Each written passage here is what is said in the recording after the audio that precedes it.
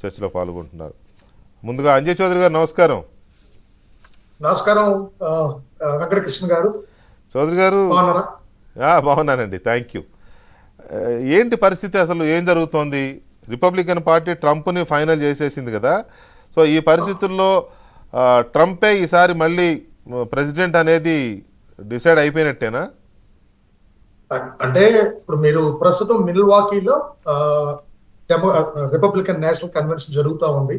ఈవేళ JD Evans vice president అంటే nominee తను మాట్లాడతాం. రేపు థర్స్డే ట్రంప్ మాట్లాడటం జరుగుతుంది ఆ కన్వెన్షన్ లో. ఆల్రెడీ మీరు అన్నట్టు ట్రంప్ క్యాండిడేచర్ రిపబ్లికన్స్ ఎండార్స్ చేశారు. సో అంటే ప్రస్తుతం ఉన్న రాజకీయ సామాజిక పరిస్థితి దృష్ట్యా, అలాగే రీసెంట్ గా జరిగిన ట్రంప్ మీద ఉన్న ఇన్సిడెంట్ కూడా మనం దృష్టిలో పెట్టుకుంటే రిపబ్లికన్ పార్టీ నుంచి తను ఎనీవే క్యాండిడేట్ కన్ఫర్మ్ అయింది కనుక తను గెలిచే అవకాశం చాలా ఎక్కువగా ఉందండి. ఇంతకు ముందు ఆ ఇన్సిడెంట్ జరగక ముందు క్లోజ్ గా ఉంది 43-45 అంటే పోల్ సర్వేస్ చూస్తే ట్రంప్ కి ఎడ్జ్ ఉన్నా.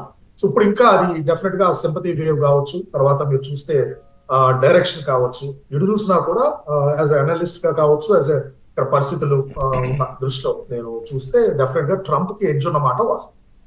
రైట్. చక్రవర్తి గారు గుడ్ ఈవినింగ్ అండి. Good evening Venkatakrishna.